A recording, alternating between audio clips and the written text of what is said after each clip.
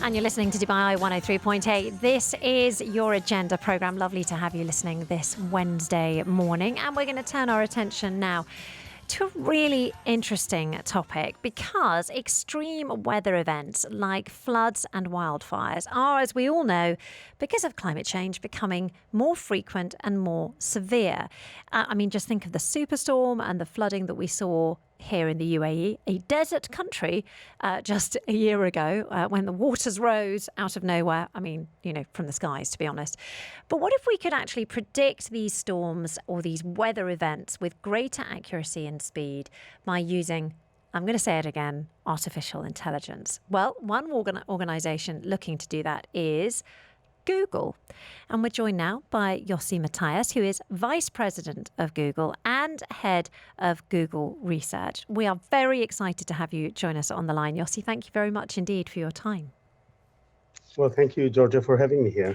Yeah, tell Exciting me. to be here. Bye. Oh, I'm so thrilled. And I know you've been speaking at AI Week. I think you actually spoke on the day that we were broadcasting there, but we missed you because you were in the afternoon.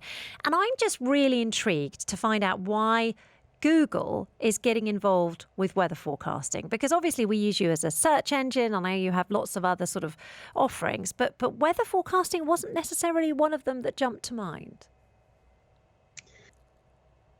When you look into the mission of Google, and this predates the current revolution of AI, is really about organizing the world's information, making it available, universally available and useful.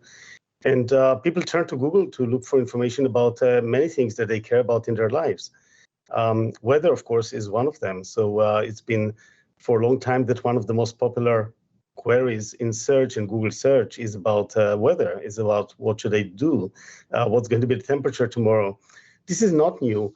But what happens really is that when we think about extreme weather conditions and natural disasters, these are also occasions where people turn to Google to look for information about what should they be doing. And that's true if these are about floods that are happening or about to happen, if it's about wildfires, if it's about storms.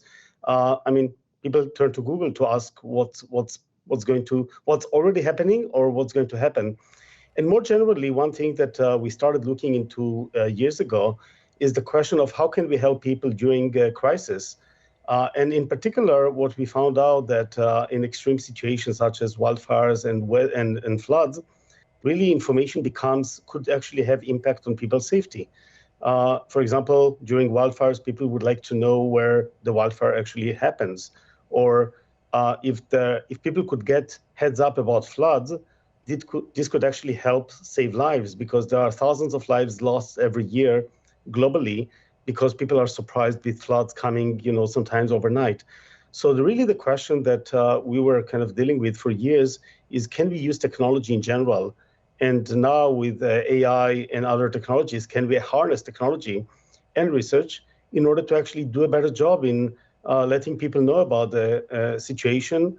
Or even better, can we alert them before a disaster hits? That actually has implications of people's safety and often on people's lives.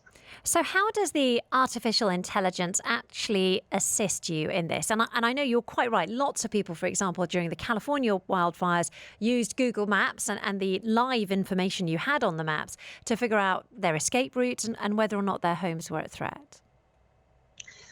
Yeah, so wildfires actually is the reason why I started looking into crisis response personally, because of we had a wildfire near one of our offices, and I was actually looking for information. This was quite some time ago. I couldn't find anything useful on the internet, which got me actually realizing how important it is to actually have the kind of information about what is exactly the boundary of the wildfires. And with wildfires, we've done good progress over the years. We take satellite imagery, and by using AI, machine learning, to analyze actually the images on the ground and building what we call classifiers, essentially machine learning based classifiers that identify where the wildfire boundary is, and doing it frequently enough, we can start drawing those boundaries that are helpful to people and to responders. Now, here we did hit at some point the limitation of technology with satellites, current satellites, and realized the best granularity that we can have, the best resolution and accuracy we can have, is when wildfire already reaches a pretty sizable size of a football field. And actually that gave motivation to starting an initiative with partners about launching new satellites with better sensors that would enable us over time to give prediction, even if a wildfire is only the size of a room of 5 by 5 meters. And the plan is to have up to 52 satellites which are going to circle Earth so that every point on Earth could be seen every 20 minutes and identify wildfire as early as it's the size of a room. Wow. We actually had a very meaningful moment just a few weeks ago when we've seen our first satellite launched using SpaceX from California, and it's now actually started circling Earth, and this is on the verge of actually providing better information for wildfires. So that's one example of how to use technology and then use machine learning and AI on better sensory images of Earth in order to provide this kind of early alert for wildfires. So as a user, as a Google user, what type of tools are you bringing to market that I could use to find out more information and more forecasting for my area? I mean, I mentioned Google Maps there, of course, but are there other tools that you're introducing? Sure. So of course, with wildfire, typically people would just look for information and see them on the maps. As it relates to weather, extreme weather, storms, or just understanding precipitation, nowcasting. Now we're using combination of new neural technology, the modern AI combined with more traditional physical information. We can have weather forecasting, which is substantially better than it used to be before.